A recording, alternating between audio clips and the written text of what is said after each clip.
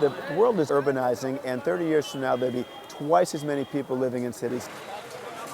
It's impossible that those people are all going to have nice jobs in Manhattan, or they'll live in London. They'll live in second and third tier cities that don't exist.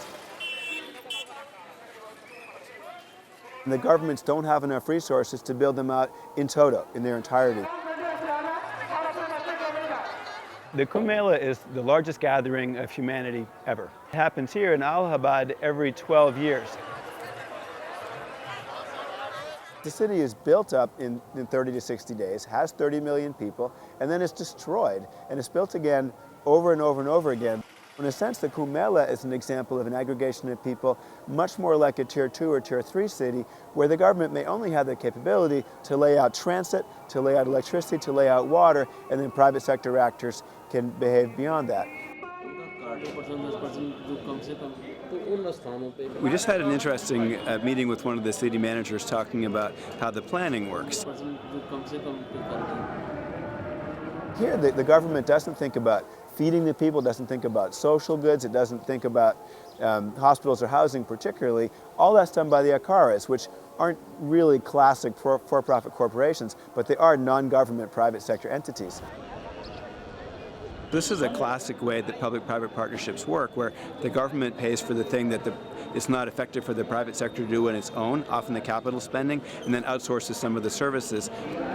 They use some of the best practices that delineate, so you can get competition for the things you can compete for, and ways for the government to pay for the things that the private sector cannot compete for. Private partnerships of infrastructure. So the government owns... I see for the next generation these three issues of: first, massive urbanization, lots of people moving to cities.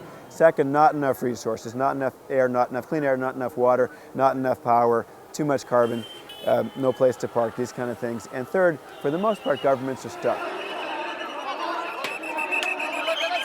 So the idea of how you attract people to a place, how the government can do a few basic things well, like put down roads and put down power, it then encourages the private sector to build social infrastructure like they do here around housing and education and food.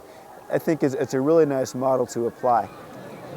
Coming here, we see sort of a pure lab where it's destroyed every time and then built again in 12 years with more knowledge and more changes in the world.